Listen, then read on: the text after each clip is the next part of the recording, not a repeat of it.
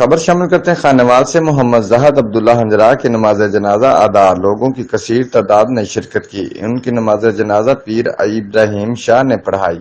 Report کر رہے ہیں رانا اے ڈی پرنس جی۔ چک نمبر 8115 کے رہائشی محمد زاہد عبداللہ والد محمد عبداللہ ہنجرا بقضاء الہی سے وفات پا گئے۔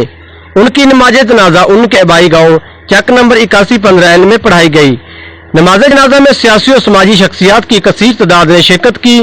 مرحوم تلی کی پتھری اور جگر کے کینسر کی مرض میں مبتلا تھے۔ کچھ دن پہلے تکلیف زیادہ ہونے کی وجہ سے انہیں شیخ زید ہاسپٹل لاہور منتقل کیا گیا، لیکن مرض کی شدت زیادہ ہونے کی وجہ سے صحت یاب نہ ہو سکے اور آج بروز جمعہ خالق حقیقی کو جا ملے۔ ان کی نماز جنازہ سید پیر ابراہیم شاہ صاحب نے پڑھائی۔